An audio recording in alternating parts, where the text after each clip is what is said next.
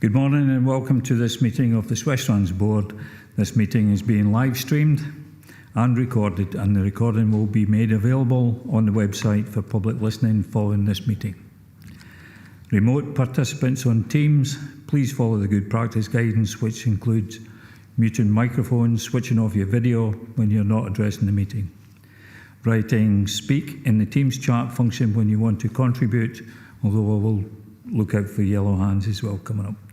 No material should be posted in the chat function if it is intended to be part of the discussion. The usual standing orders apply, including that any votes will be undertaken by roll call. Please speak clearly and directly into the microphone when making contributions, and when referring to reports, please provide the reference to the relevant pages and paragraphs to allow everyone to follow. So I'll now pass over to our clerk. Claire, could you provide a set of apologies, please?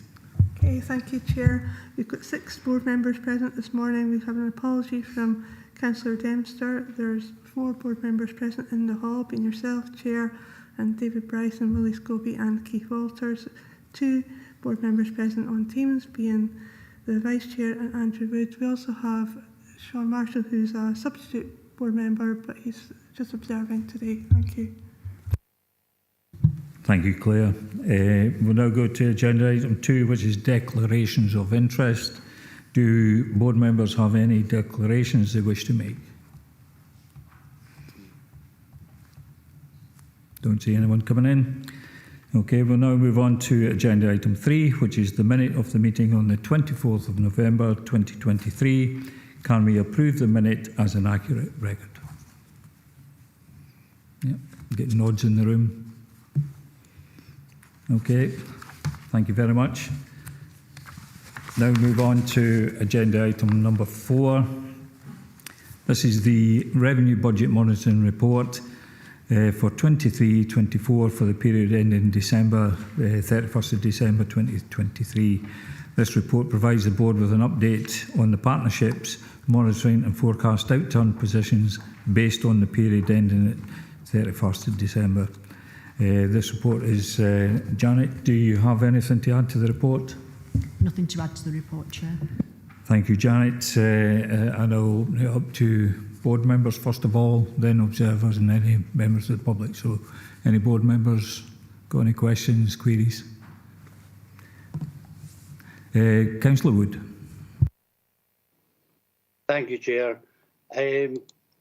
Just a couple of seeking clarification on when you look at the the payments on expenditure, it's down 200,000, and also when you look at the capital charges, they're down 22k. On income, I note that the council requisition is down about 78,000, and the following 2 are down as well. Can we just get clarification on why there's these changes in the figures? Thank you, Andrew. Yeah. Yep, thank you, Andrew. Janet or Douglas? Douglas?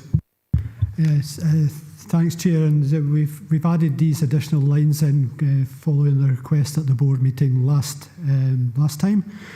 Just to provide more clarity on that. The main reason for the difference, Andrew, is that we used to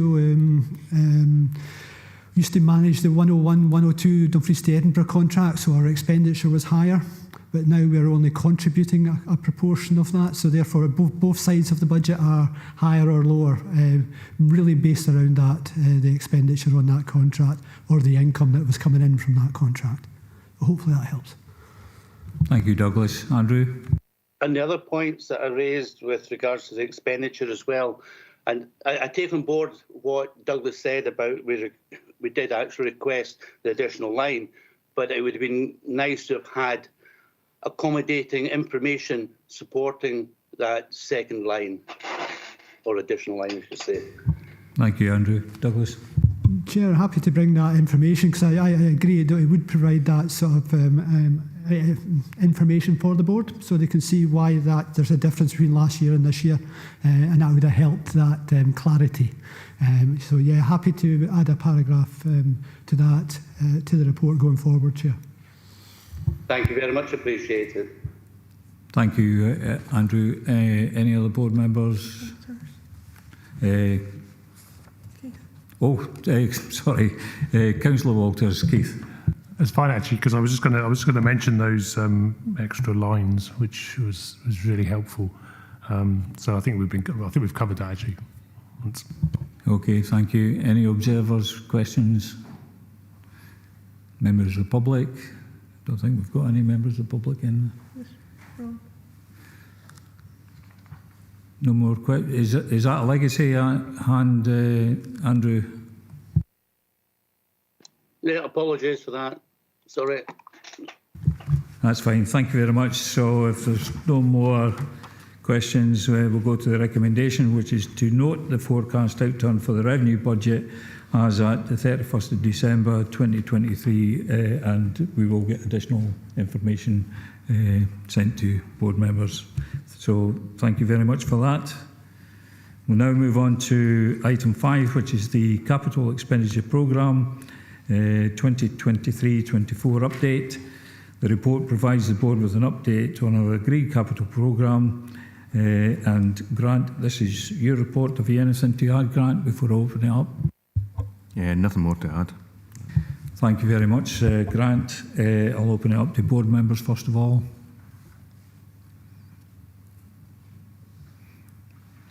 Nobody coming in? Any observers? Questions? No? Oh, right, Andrew, I see your hand just popped up. Sorry about that, Chair. I was really just, once again, seeking clarification on the Appendix 3, the Regional Active Travel Fund Programme. How are we doing? Are we on time with the public and stakeholders report? Is that going to come out in February?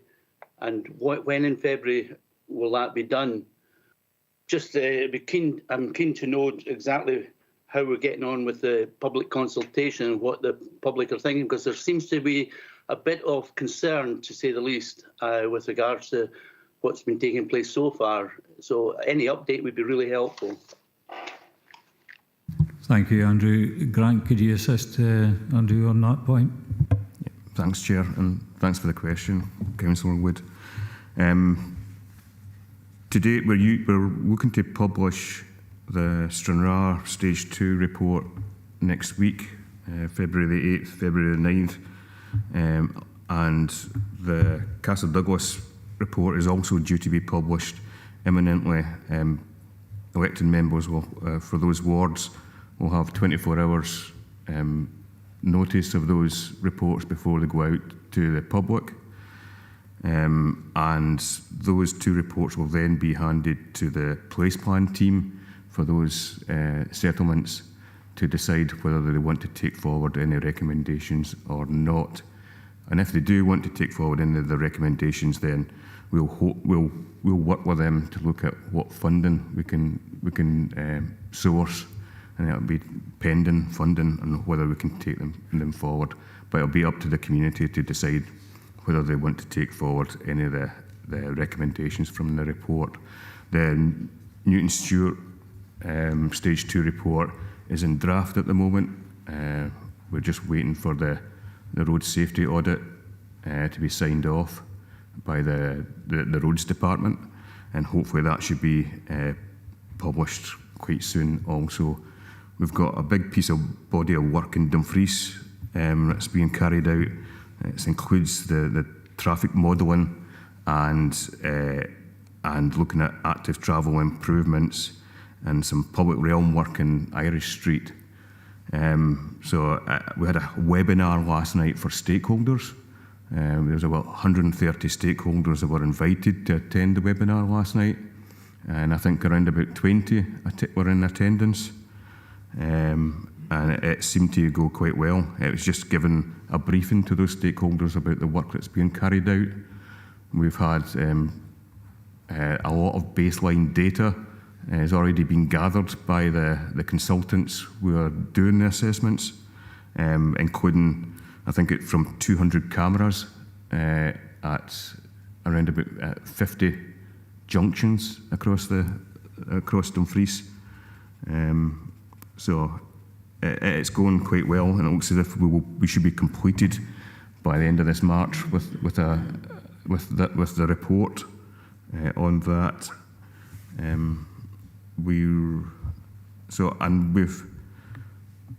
We've also, well, we've not taken forward a few of the reports to stage 3 and 4 because it's up to the community to decide. We're working with a couple other communities to see if we can help and support them, and we're waiting to hear back from Transport Scotland to get the approval so we can use what funding may have been surplus to go and help those communities. And once we get the okay, it's going to be a tight schedule, but we're hoping we can help complete some active travel reports for those couple communities. Thank you, Grant. Andrew, was that helpful? It was indeed, actually, Chair. Thank you very much. Thank you very much. I've got Councillor Walters and then Councillor Scobie. Thanks. Just a couple of quick questions. One is about the Lockerbie the Lockerbie parking. It says construction will start in January 2024. So I just wanted to ask whether that has actually happened. And secondly, I think it's Appendix 1, the sort of outline. There seems to be an awful lot of spending left to do. If looking at the local bus network, we've spent 58,000 and we're going to spend 1.126 by the end of March. Are we confident that we're going to get that spent and all that work's going to get done by the end of March? Thanks, Keith. Do you want to come in on that one, Douglas? Yeah, thanks, Chair. Thanks, Keith. Yes, the work is underway at Lockerbie, so that's good, and we're on track, I believe, for completion in March, which is good. It's been a while coming. The spend is buses for that top line. So, but when the buses arrive, we spend the money, so it'll all go in one go. And similar with the rail station parking, once the construction is complete, we will then the budget for that or the spend is going to be just over $500,000 on that. So that will soak up all the money. So on time, hopefully, Chair. Thanks very much, Douglas. Has that been helpful, Keith? Yeah, that's fine. Thanks very much. Thank you. Councillor Scobie, Willie. Thanks, Chair. I appreciate the audit report that Grant made, but I refer back to the public meeting held in Stranraer over the whole pedestrianisation of the town centre and so forth. And I think Grant and Peter McCormick did get an unnecessary hard time at that time.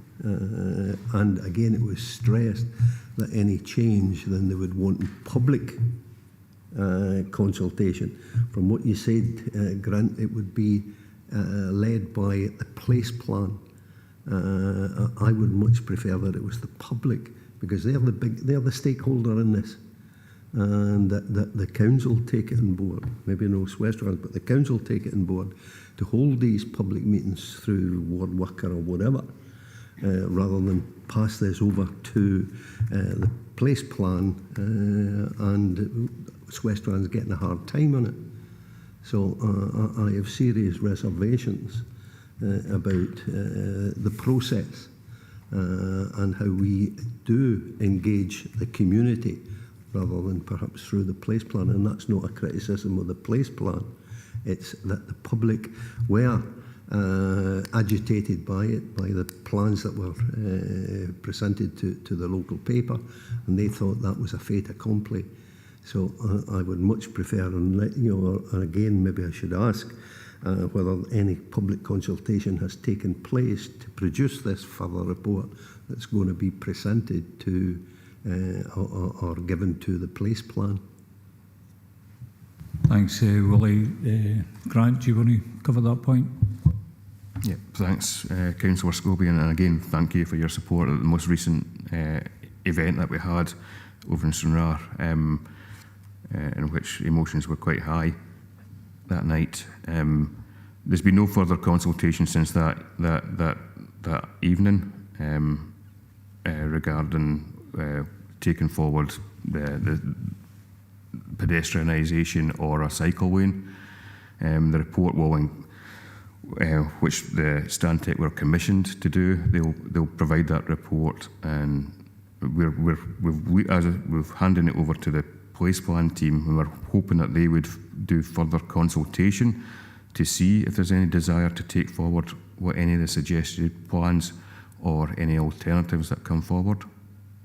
So, but we don't plan, once this report's been published, to do any public meetings, certainly not from a SWestrans point of view.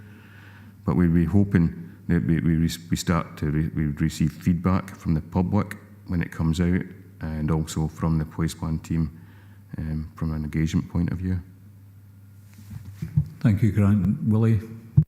Yeah, as a local member first in that process, I'm not happy with that, because it did raise, as Grant says, a lot of emotions from the businesses, from the community, some in favour, some against, the majority against what was proposed. If we get the same reaction, it will not be good for the council, in terms of that we are imposing things on them. We need to make it clear that this is a consultation document, and we need to see that there is a process for public consultation, and that it's not just being there as, do you like it, do you not?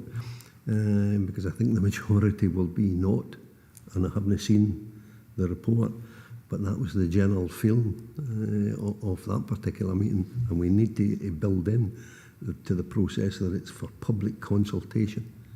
If that's the route that we are following, I would much prefer that we went into public consultation from the start. Yep, thanks, Willie. I'll bring Douglas in to help with that matter.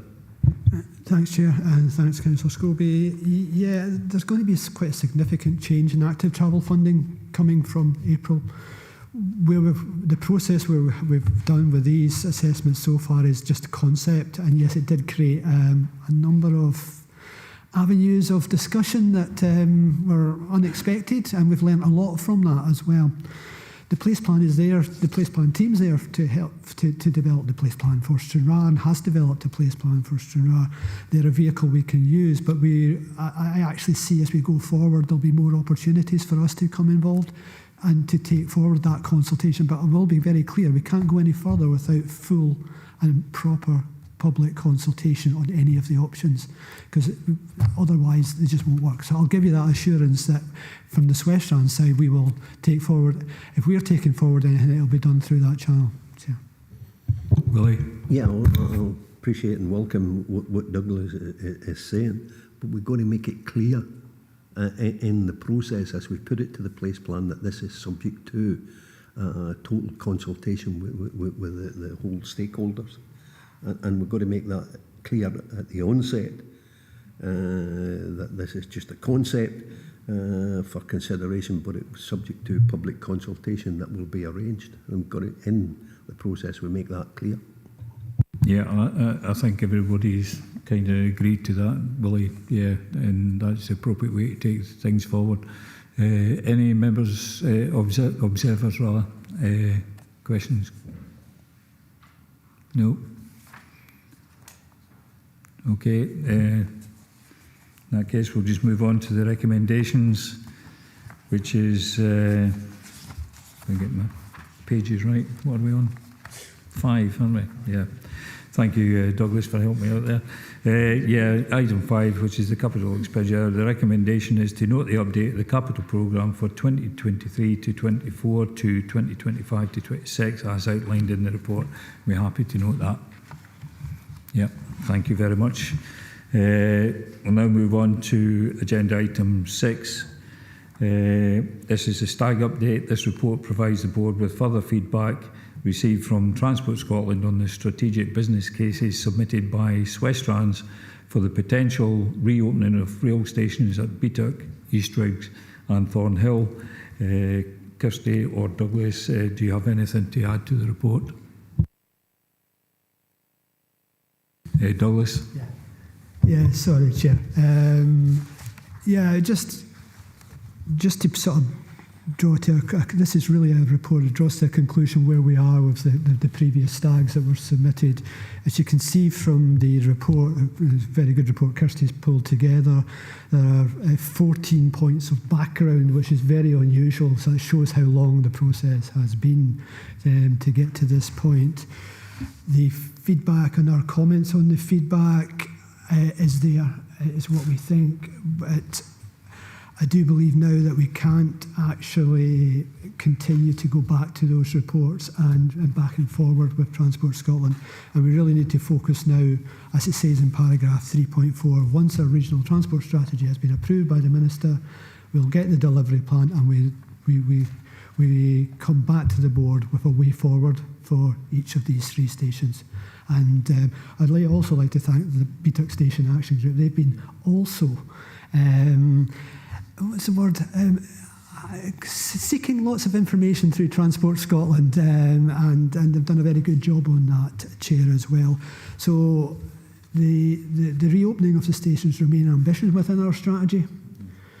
We've got no funding assigned to how we take that forward yet, but as we bring the delivery plan for the RTS, we will start to identify how we see that how we would see that to work, to seek board approval to do that going forward. I think this is a point now where looking back at the previous stags is no longer helpful. It's not really going to take us any further forward, Chair. But happy to take any questions. Yeah, thank you very much, Douglas. And when we met with the Transport Minister recently, we did reiterate some of these points. Very disappointed, however.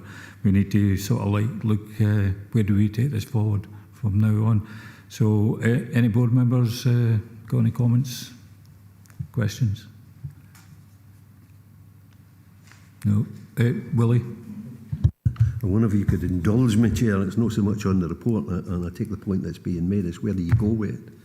And maybe there's something that would be enlightening in the STPR2 once we ever get to that being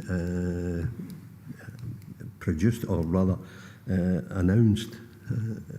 So there might be something there. But it's really an indulgence on, a bit of envy here, because I would love to see Stranraer station in this as well. And I know Douglas and I, or I passed on to Douglas a letter that I received within the last week or so from a user, but the feelings held by many people in Stranraer, where we're being held back on the hotel, the Air Hotel, and services have been cut just now or suspended, and it's really when are they going to come back? And the other one is the condition of the station and the approach to it. That's very dark of an evening. It's quite frightening to walk up to the station, hanging about for taxis and so forth.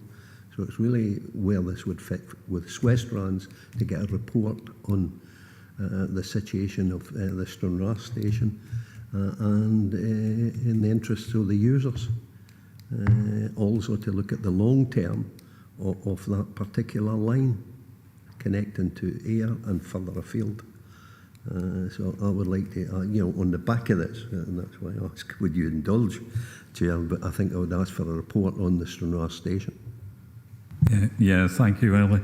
I mean, we did raise the matter about the STPR2 with the Minister as well. It was probably about 2 years before we actually got, well, we still haven't got the delivery plan signed off, but I'm right in saying, did she say it was imminent or thereabouts? But yeah, and your point about Stranraer, Willie, you never miss an opportunity when you can align something to the reports, but I'll let Douglas come in and assist you on that.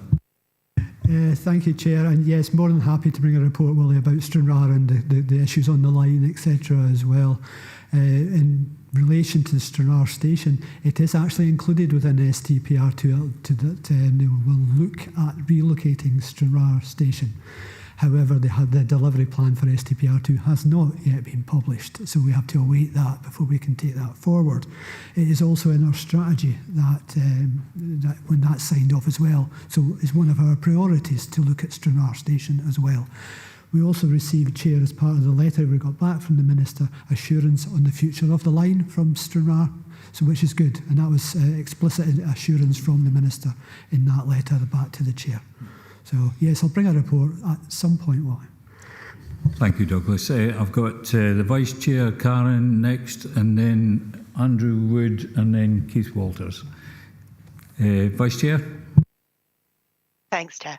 It was just that point about looking forward. Excuse me. As you say, drawing a line on what we've got. The stag appraisal, and I think we've highlighted this before in the board. The stag appraisal doesn't work for rural areas, and I just think we need to start making more of that in conversations about actually the economics are never going to stack up in the way that Transport Scotland's looking for. So how can we start working with Transport Scotland to try and encourage them to look differently at applications from rural areas? I think it's a general point about making sure that the metrics and the way things are judged is fair and equitable. I think a point for the future, Douglas and Chair, but something I think it would be useful for us to explore a little bit more. Thanks. Yeah, thanks, Karen. We did raise those points with the Minister as well. It'll never stack up economically, so we have to look at a different approach to this. Douglas, do you want to add anything to that? Just very briefly, Chair, yes, happy to do that. And I've had a discussion with Ron from Beat It Station Action Group about possible ways forward. And we have to look at a different way of developing the business case. That is not just on cost-benefit ratio. I know that's not just on cost-benefit ratio, but that socio-economic case has to be different for rural areas. So more than happy to build that into our thoughts about how we will deliver the delivery plan once we've got the strategy agreed. Thanks, Douglas. Has that been helpful, Karen? Very helpful, thanks. Thank you. I've got Andrew Wood and then Keith Walters. Andrew? Thank you, Chair.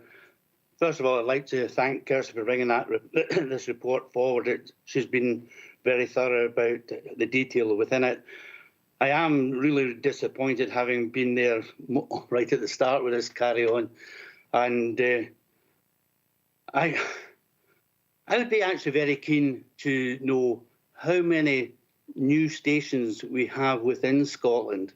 How many new stations has Transport Scotland actually put in place since we started on our journey to try and get our 3 stations forward? I think that would be helpful. And just the location of those stations as well. Because I think that Karen, she's absolutely 100% right in that we are never going to be in the game playing fairly with them, because it just doesn't stack up against rural areas economics. And it doesn't matter how much you bring in social economic, that they're not going to look at that. It's hard finances that they will look at every time. So I certainly don't want us throwing any more money at this until we know what the new rules to the game are. And as I say, I would like to know about any new stations that we have in Scotland. So there's a wee bit of work for you to do, Douglas. Thank you, Andrew. Douglas, you want to respond? Oh, yes, please, Chair. I'm more than happy that Kirsty takes that piece of work forward for you, Councillor Wood. Thank you. Councillor Walters. Keith? I was just going to echo what Councillor Wood said about the report. It was good to see the points laid out against it, because reading the Transport Scotland responses, they are so negative and jargon-filled that it was good to see that the council officers were able to push back on those, even if we weren't successful. Talking of jargon, I looked in a couple of places to see what logic maps were. I couldn't see, as mentioned in the report, and it's mentioned in the appraisal. But I wasn't 100% sure what they meant by that, so perhaps if I could have a bit of clarification on that. Thanks. I'll bring Douglas in on that. Yeah, when it comes to logic, I'm not your person, but I'm not actually sure to tell you the truth. It's one of the parts of the new stag appraisal process. We've not been involved in that, so I couldn't really give you. I'm sure I can find an officer who's more than happy to look into what a logic map is for you, and then come back to you on that one. Have you anything to add, Kirsty? No, I've not got anything to add, but I'll certainly take that away and find out for you, Keith. No problem. Thank you very much. Any observers, Ron? I may answer a question with Andrew about the number of stations that's been opened since Transport Scotland took over. It's about 9 through their career. Before that, the SPTE opened about 30 stations in Scotland, so Transport Scotland is very poor record in opening of stations. Also, we are arranging a meeting with ministers around April, responding to a letter we got back from them. But I think you'll find that Transport Scotland record on stations is very, very poor. I don't think we can add anything to that, Ron. Yeah, your point's well made. Any other observers, questions? If not, I don't know. Oh, there's Sean. I was going to ask you to come in, Sean, because I think Easter eggs is mentioned in the report. So over to you, Sean. Yeah. Thank you for allowing me to speak as well. It was just I share the disappointment with, and commend the work of Douglas and his team as well, because we seem to have jumped through every hoop and, we have no success with this. And it is still a long-term aspiration for all these stations to be open. It's just something within the report when I noticed one of the things that the responses got back negative was that they were saying about 4-carriage platforms at stations and they would prefer 6. And I'm just thinking, is it not at Bewley where they trialled a small platform when only 1 carriage could stop? So it defies logic that they're insisting on 6 carriages, length of a platform, when we've got examples when, there's only a 1-carriage platform at places like Bewley.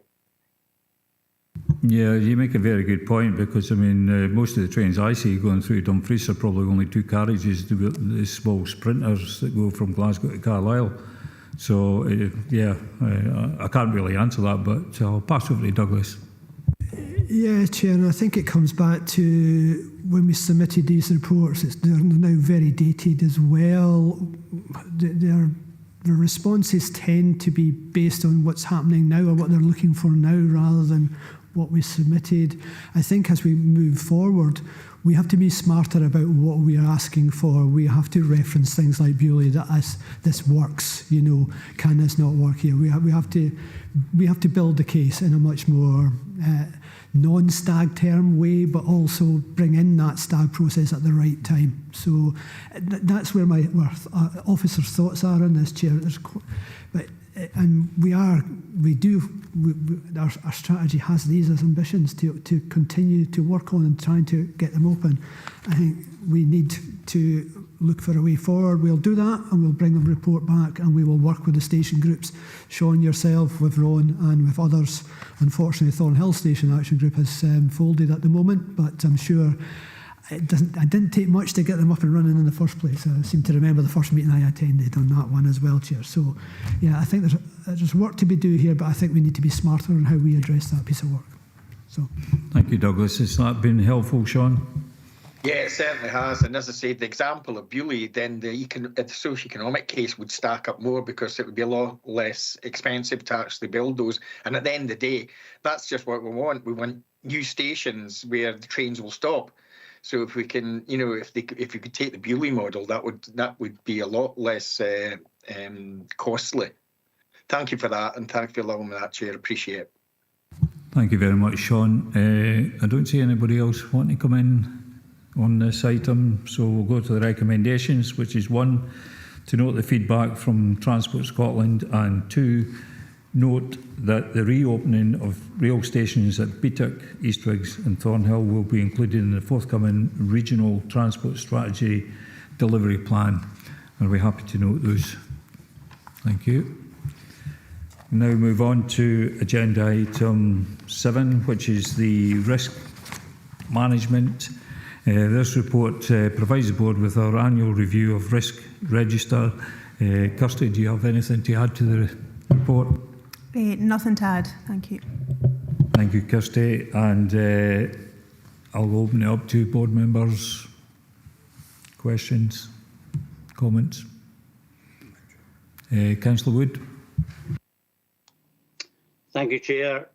It's on page 3 when I'm looking at R06 as the code, overspend, and you're looking at changing it from unlikely, major, medium to almost impossible, minor, low. Can you give me clarification why we're looking at downgrading? And then bus contracts on R08, which is changed from likely major high to likely moderate high. And the final ones on page 4, R09, a loss of lead officer, and it's changed from possible major high to possible moderate medium. And to add on the end of that, succession planning for loss of lead officer. Is SWestrans looking at succession planning? Kirsty. So just to clarify, Andrew, the risk that the outcomes that you're referring to are the target risk rating. So that's what we would hope to achieve by implementing the related actions. So our current risk rating is still the column that, for example, on overspend. So our current risk rating for that's unlikely major, but what our target would be almost impossible minor. So it's not, we're not changing where we're at, it's just that's what our target would be long term. Does that make sense, Andrew? Yes, it does actually, now that it's explained like that, yep. And with regard to lead officer? I'll bring Douglas in on that one. I actually would have been more interested in hearing what Kirsty's thoughts were, Chair. But no, it's succession planning. Yes, I, as you know, Andrew, you were Chair previously, and there was only me and Kirsty at that point. There's now 1 or 2 others, thanks to yourself and others in the current Chair, and lobbying the council and getting additional staff resources, etc. on board. That does allow us for that to attempt the succession planning. It's challenging, as any succession is, but I am getting quite old, Chair. Thank you, Andrew. Councillor Scobie, Willie. Thanks, John. I'm looking at R02 in terms of public image, the image that SWestrans has. If indeed the general public know that SWestrans exists, and then I'm relating that to R08 on page 3, bus contract prices, but it has been raised in this forum, in this chamber, just in terms of the use of the bus or what buses are being used, particularly on long distance contracts. And how they're just not user-friendly, with no toilets on them, some with poor heating and so forth.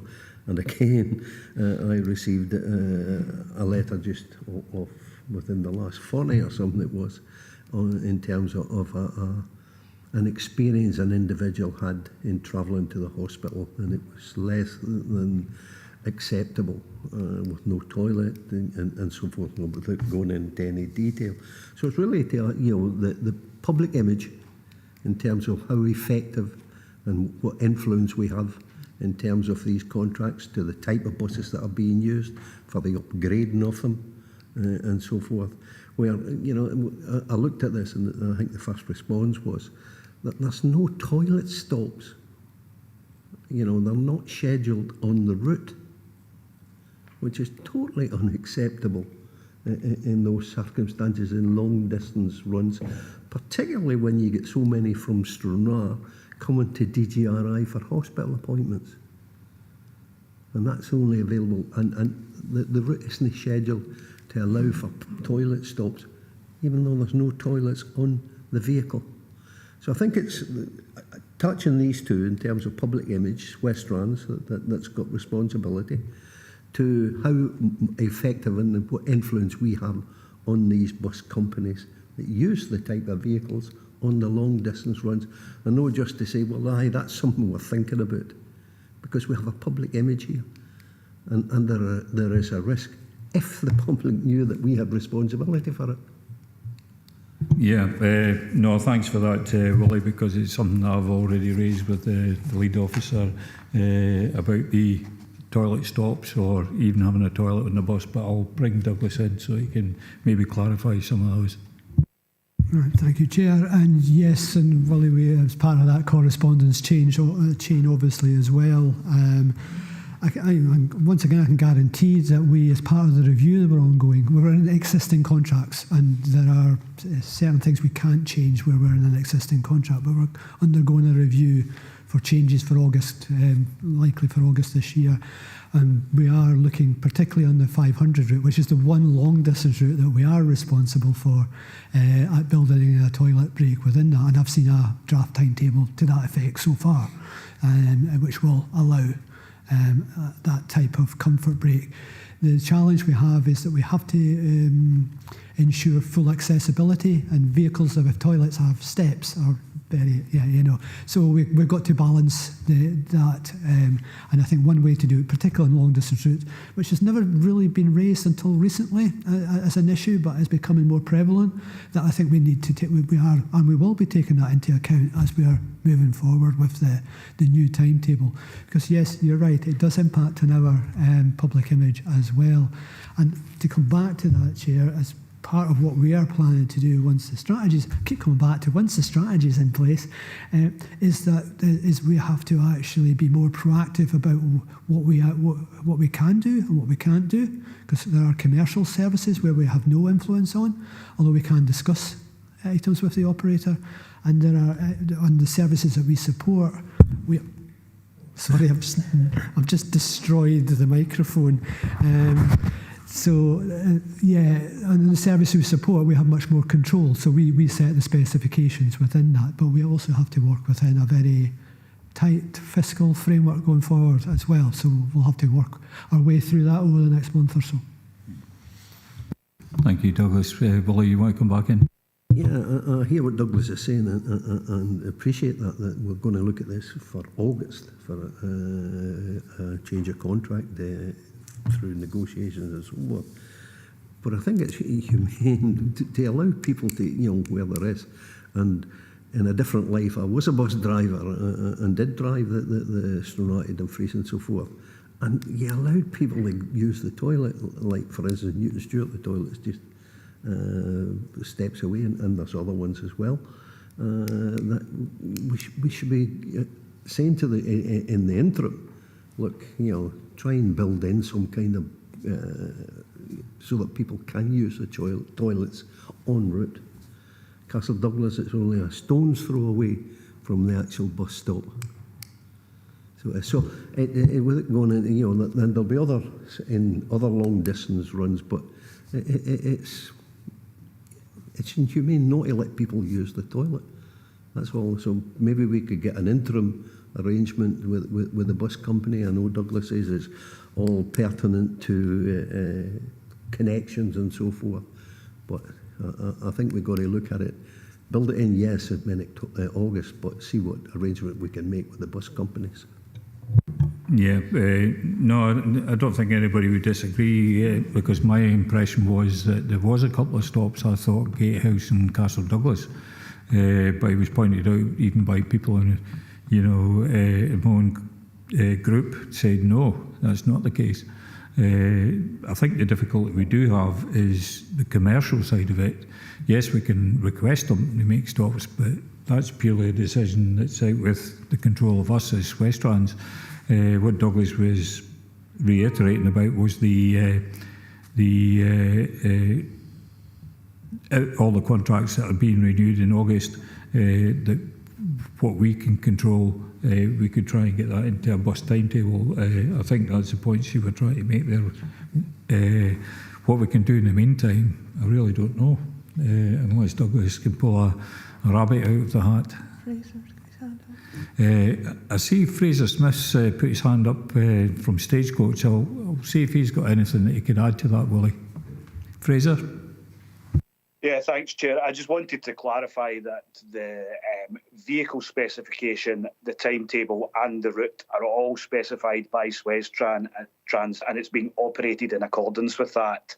If there's additional time to be added in, that comes at a cost because it adds to our operating costs. So, but I absolutely hear what's being said, but the contract is being operated in line with what we were asked to do under the contract and what we've priced to do. Thank you.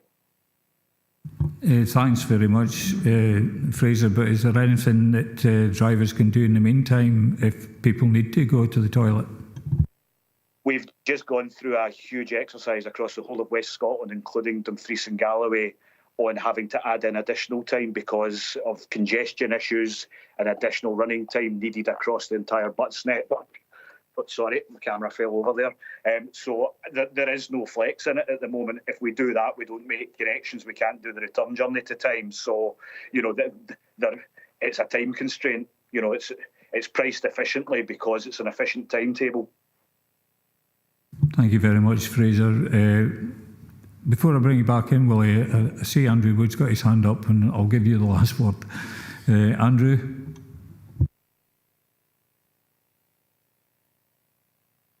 Oh, he's checking his emails.